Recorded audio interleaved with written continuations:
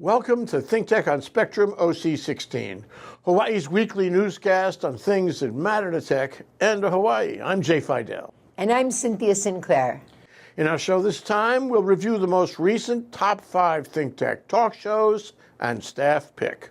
We'll check out the elements of the best and get a handle on the public issues and the guests involved. ThinkTech produces more than 35 talk shows every week in our downtown high-tech green screen studio. Every week, we choose our top 5 ThinkTech talk shows from the week before based on the number of views each of them has had on the internet. For this week, the winning shows were as follows. Number 1, from the series Beyond the Lines, hosted by Rusty Komori. It's called Honolulu City Councilman Trevor Ozawa, Beyond the City Council. Trevor talked about his success as an attorney and as a city councilman. He talked about his accomplishments, challenges, and his vision for a better Oahu. We learned about his character, commitment to excellence, and why he is achieving and sustaining his success. How do you like campaigning, Trevor? Campaigning is a tough job, you know. It's I've been knocking on doors for really 4 years ago. I started going door to door. We hit over 20, I think it was like 23,000 doors in the first election. And we're approaching the same in this one, which is almost complete. But I know every single nook and cranny in this district. The district goes from Ala Moana to Hawaii Kai. I never thought I would be able to say that, or never thought I would actually do that, but I did. And it's good to get your feet on the ground and listen to people and experience stories. It's tough too, because 4 years ago I went to these people that lived in Waialaiki. And I knocked on their door, and they were a couple in their late 60s. They said that they had just retired, and they said that they were considering moving to the mainland, but I didn't believe them. They said that they were gonna move to a retirement community near a winery in Portland and have a good time in their retirement. And I said, why can't you just do that here? They're like, it's just too expensive. 4 years later, I go back to that house again this year, and it's a new family in there. Wow. And so, you know, this is the reality. It's tough to see sometimes, but it's good to see too, you know. The society is changing, and I feel connected and part of the change. Number 2, from the series Community Matters, hosted by Marsha Joyner. It's called OHA candidate William Aila, Get Out and Vote. In this episode, OHA candidate William Aila joined Marsha Joyner to talk about what he has to offer the general public and why they should vote for him. The issue is this telescope is on Hawaiian lands, sacred, what the Hawaiians say are sacred lands. So, ta-da. Where do we go from here? The court says that it does not interfere with Hawaiian sacred grounds. Where do we go from here? What the court ruled was, after viewing volumes and volumes of information, studies, etc., is that the TMT basically had met all of the requirements, and in the EIS and in the management plans had mitigated, or their plans would mitigate any negative impacts on traditional customary practices. And one of the reasons that they came to that conclusion is that the site of this current TMT, proposed site of this current TMT telescope is in an area where there are no known burials, no known cultural sites. In fact, that's one of the reasons that after an exhaustive search of the mountain, that site was picked. Number 3, from the series The Cyber Underground, hosted by Dave Stevens. It's called Cybersecurity Education in the Girl Scouts, starting cybersecurity awareness and education early in Girl Scouts USA, with guest Shari Chang. The Girl Scouts of America are providing girls with the education, tools, and experience necessary to protect themselves and defend their homes, loved ones, and future companies from potential cybersecurity threats. What other activities might you do up at Camp Pomalu? Well, we certainly, part of phase 2 is putting back in the ropes courses and climbing walls and things like that. Because, physical activity. But we always tie it into a STEM processor. So they have to learn in archery about physics. Now this is our archery expert here, and she can tell you about that. But the whole idea is to give them some of these outdoor experience, but have it be a learning and a STEM learning experience. Do you have college on your radar, Allison? I know I want to become a surgeon, but I don't. A surgeon? Yes. But I don't know which kind? what specialty.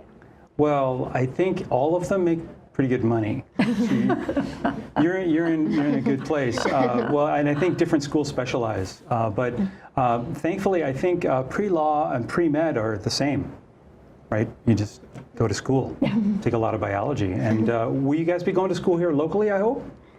I'm not 100% sure. I want to go to one of the military academies is one of my top goals. Really? Yes. Okay. And if I get any athletic scholarships whatsoever to anywhere, that'll be a goal too. That'll be one of them. How about you? Well, my dad's in the military, so we moved here about 2 years ago, but most of my family is on the East Coast, so I would like to go to college over there to be near family. Okay, where on the East Coast? Boston, maybe. Boston, okay. So what service? Don't know. Your father is. Your father. Oh, military. Which? Army. Oh, sorry, Army, yeah. Army, Yeah, okay. Army. I grew up Army. I made everyone angry by joining the Marines.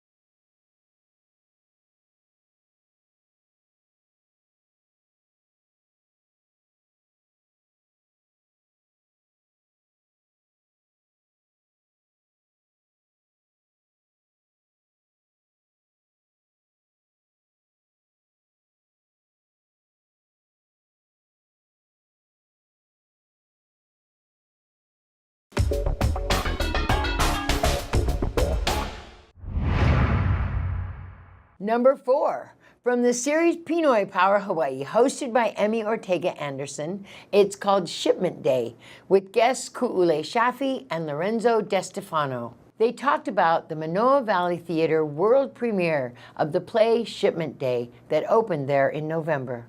A few weeks ago, we were in Kalapapa. I wanted Ku'ule, she had not been, and I hadn't been in 5 years, so I wanted to take her there so she could, as an actor as well as a Hawaiian person, to feel what it was like to be in this holy place. And so we got to meet Gloria and many of the other patients that were there. Wow. And it was, we can talk to her about what that meant to her. I'm sure it was a unique experience. Tell us a little bit about your meeting, Ku'ule. Honestly, going to Kalaupapa was such a treat. I mean, as an actor, especially playing a character who was real and who experienced a lot of devastating circumstances, to go and walk where she walked and see where she lived. And did you feel her presence? Yeah, you can come back and. There's definitely a very strong presence there still of not just her, but so many of the other patients. Yes. And then they also, the patients who are no longer there, they're still alive, and the museum curator and anyone else who works there, they talk very passionately about the patients and what their wishes are and how they're all fighters and activists in their own right. And then meeting them was very special. Number 5, from the series Law Across the Sea, hosted by Mark Shklov. It's called Building Bridges to and from China, Cross-Border Investment Opportunities for China and the U.S., with guest Roger Epstein. Roger Epstein has been working with businesses in China for more than 40 years. He is a founder of the Asia-Pacific Group, organized to build business bridges across a turbulent sea of trade barriers and tariffs. Chinese investors were coming to the United States. Have you noticed any change in that? And vice versa, Americans making investments in China, have you noticed any change in that? You know, the biggest impediment to Chinese investment in the United States has been the unwillingness of the Chinese to let people get their money out of China. It's very difficult. And if you have a legitimate business, you can go jump through a lot of hoops and get money out. But that's been going on all year this year and some of last year, and continuously off and on. But they've gotten much tougher this year. So that's been the biggest cause. Whether the investments here, not the imports, we know they're going down because the products aren't as competitive. People aren't going to buy as much. And so they're going to look for other markets for their goods. I haven't seen anything that indicates that the investment in the United States is going down. The Chinese still want to invest in the United States? I think the Chinese still want to invest in the United States. And our staff pick from the series Talk Story with John Waihee, hosted by John Waihee. It's called A Look Toward the Midterm Elections, Get Out and Vote, with guests Colin Moore and Chad Blair.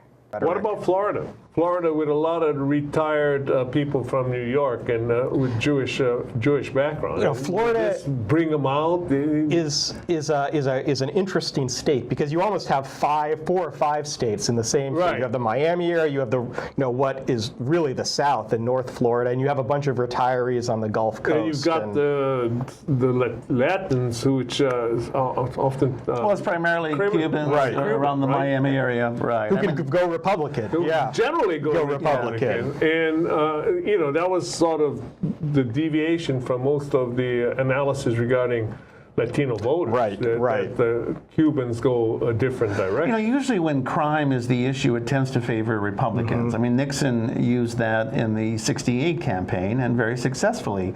What was the famous phrase from Nixon's race in '68? He's going to keep things safe. Oh, the quiet American, right? Yeah. This is the people, and our streets are going to be kept safe. And you're hearing the same thing with Trump. So when he brings up immigration, he's actually trying to. When he talks about having troops, our troops, shoot people on the border because they're throwing rocks at us, I mean, that's a strong message. I'm going to be the anti-crime president. How does a former Cuban refugee relate to that?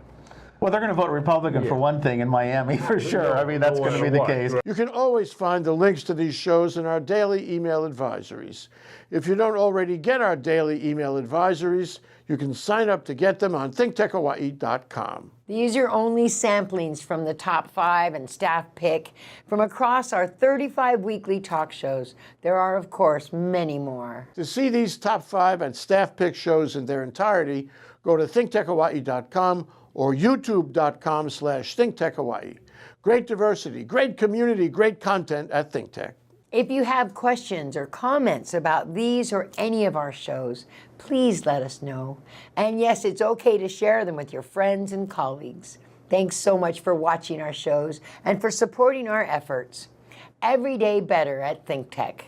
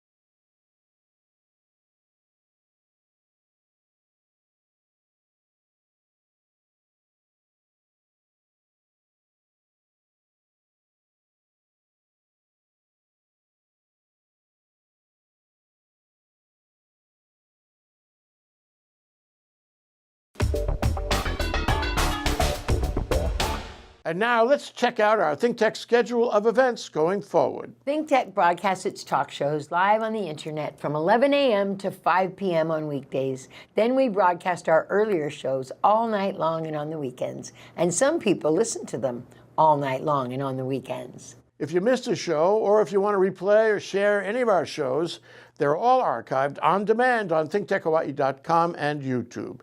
And you can also watch our shows on your mobile device by downloading our apps for iPhone and Android. For our audio stream, go to ThinkTechHawaii.com/audio. And we post all our shows as podcasts on iTunes. Visit ThinkTechHawaii.com for our weekly calendar and live stream and YouTube links. Or better yet, sign up on our email list and get our daily email advisories. ThinkTech is a high-tech green screen studio at Pioneer Plaza. If you want to see it or be part of our live audience, or if you want to participate in our shows, contact shows@thinktechhawaii.com. If you want to pose a question or make a comment during a show, call 808-374-2014 and help us raise public awareness on ThinkTech. Go ahead, give us a thumbs up on YouTube or send us a tweet at ThinkTechHI.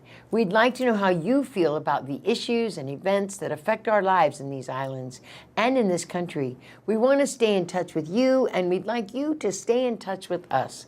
Let's think together. And now here's this week's ThinkTech commentary. Aloha, I'm Keli'i Akina, president of the Grassroots Institute. A few years ago, I did an interview for a Hanakako TV show with Lavonda Atkinson, a cost engineer and whistleblower on a San Francisco project that extended part of the city's existing subway. And that was about 2 miles at what she said was at $1 billion a mile. Now, after looking over the problems with our own rail project, she had this advice for Hawaii: cut the cord.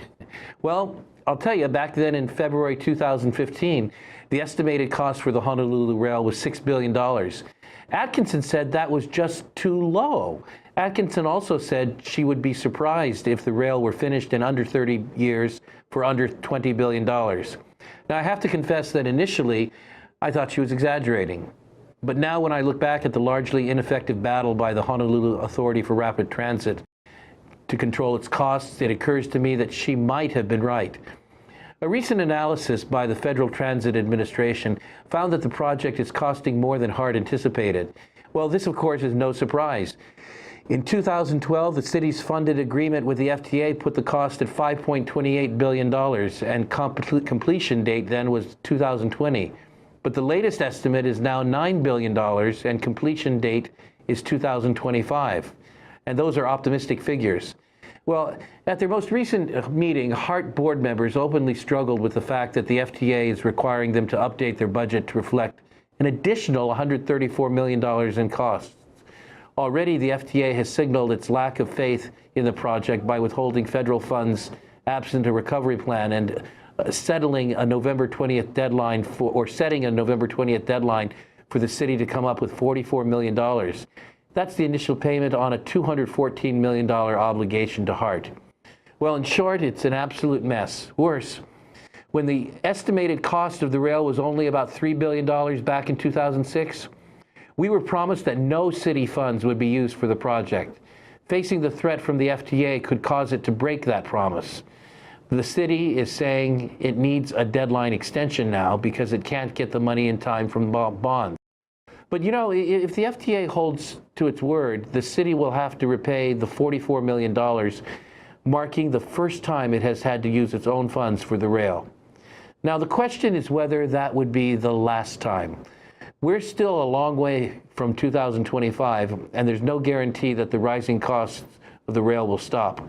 HART's newest plan is to pursue a public-private partnership, an idea that Honolulu Civil Beat characterized as, quote, magical thinking. Would you bet that we can go 7 years without another trip to the state legislature for more funding? Think about it. Back in 2015, Atkinson told me we needed to stop and look at what people really needed from mass transit before sinking any more money into rail. Her insights helped us to develop our campaign at Grassroots for an independent forensic audit to uncover waste, fraud, and abuse. We call it Audit the Rail. And we need to keep campaigning for one, since an effort by the state auditor to examine the rail's finances seems to have stumbled over the lack of cooperation from HART. Frankly, we need more truth and transparency. The policy of grit your teeth and ignore the cost and get through it might be a good one for politicians, but it's not good for Hawaii and its citizens. E hana kako, let's work together. I'm Keli'i Akina with the Grassroots Institute.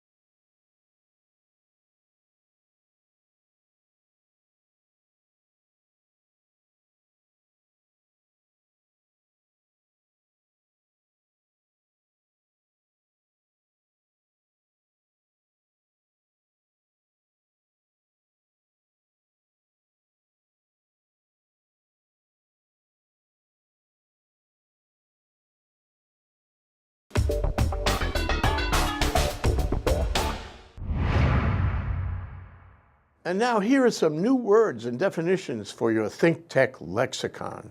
The Washington Post invited readers to take any word and alter it by changing one letter, and then to supply a new definition. Here are some of those words. Castration. The act of buying a house which renders the buyer financially impotent for an indefinite period of time. Intoxication. Euphoria at getting a tax refund, which lasts until you realize it was your money to start with. Boson. The substance surrounding hard-headed people that stops bright ideas from penetrating. The boson layer shows little sign of breaking down in the near future. Graffiti. Vandalism spray painted very, very high. Sarcasm. The gulf between the author of sarcastic wit and the person who doesn't get it. Inoculate. That is to take coffee intravenously when you are running very late. Decathlon. The grueling event of getting through the day on decaffeinated beverages. Libido. All talk, no action. The Doppler effect. The tendency of stupid ideas to seem much smarter when they come at you quickly. This is related to the boson layer. The Post also published the winning submissions to its contest, where readers give alternate meanings for common words. Some of the winners were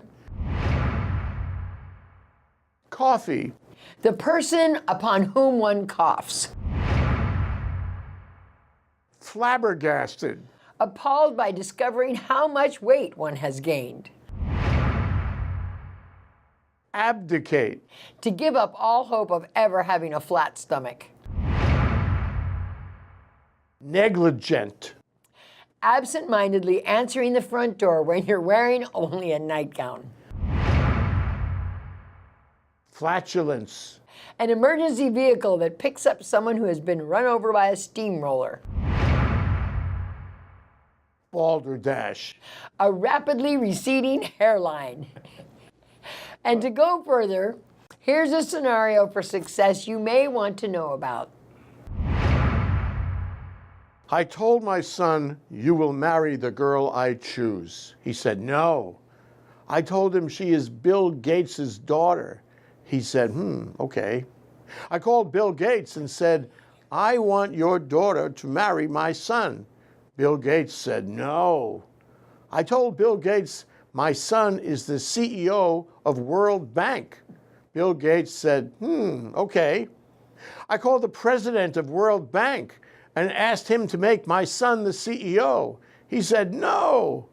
I told him, my son is Bill Gates' son-in-law. He said, okay. This is exactly how politics work. We'll be right back to wrap up this week's edition of Think Tech. But first, we want to thank our underwriters.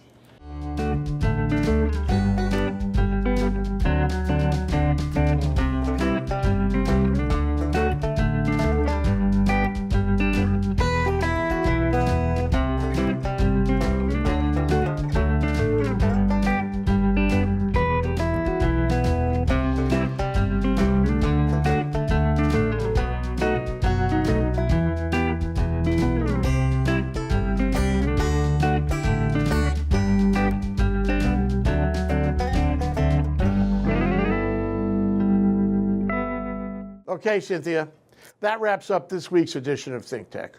Remember, you can watch Think Tech on Spectrum OC16 several times every week. Can't get enough of it, just like Cynthia does. For additional times, check out OC16.tv. For lots more Think Tech videos and for underwriting and sponsorship opportunities on Think Tech, visit ThinkTechHawaii.com. Be a guest or a host, a producer or an intern, and help us reach and have an impact on Hawaii. Thanks so much for being part of our Think Tech family and for supporting our open discussion of tech, energy, diversification, and global awareness in Hawaii. And of course, the ongoing search for innovation and humor wherever we can find it. You can watch this show throughout the week and tune in next Sunday evening for our next important Think Tech episode. I'm Jay Fidell. And I'm Cynthia Sinclair. Aloha, everyone.